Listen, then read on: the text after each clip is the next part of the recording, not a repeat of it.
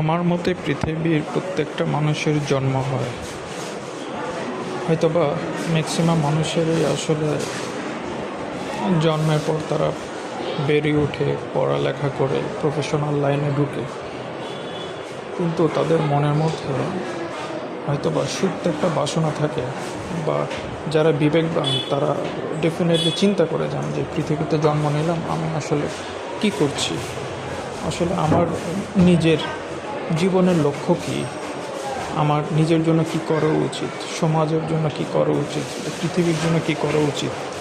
এগুলো আসলে প্রত্যেকটা বিবেকবান মানুষের চিন্তাধারার মধ্যে থাকা উচিত এবং থাকে বলে আমি বিশ্বাস করি।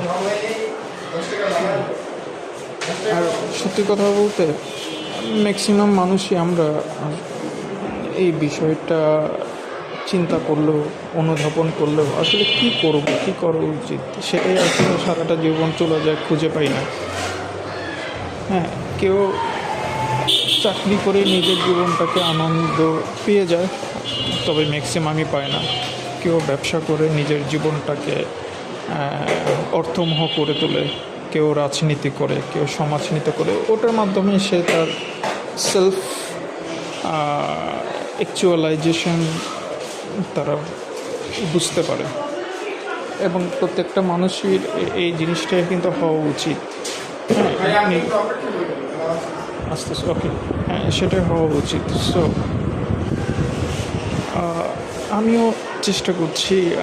আমি গ্র্যাজুয়েশন কমপ্লিট করেছি প্রায় আজ থেকে 8-10 বছর আগে, এবং আমি বেশ কিছু জবও করেছি আমার প্রফেশনাল লাইফে আফটার কমপ্লিটিং মাই গ্র্যাজুয়েশন।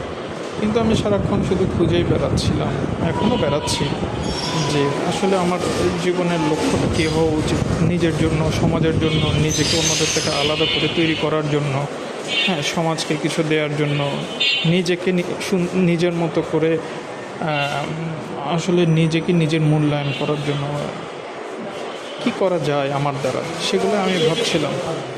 ভাবতে ভাবতে আমি দেখলাম যে আমাদের যে বেসিক 5টা নিড, এই বেসিক 5টা নিড, যে খাদ্য, বস্ত্র, বাসস্থান, চিকিৎসা, শিক্ষা, এই 5টা নিড নিয়ে দেখলাম যে নোবেল মানুষজন কাজ করেছে, এবং প্রত্যেকটা সেক্টরই খুবই মূল্যবান আমাদের জীবনে বেঁচে থাকার জন্য এবং জীবনটাকে সুন্দরভাবে পরিচালনা করার জন্য।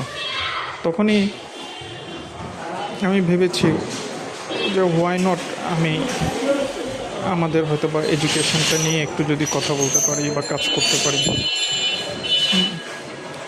সেই জায়গা থেকে আসলে আমি চেষ্টা করেই যাচ্ছি। সবেমাত্র শুরু করলাম যে নিজের এই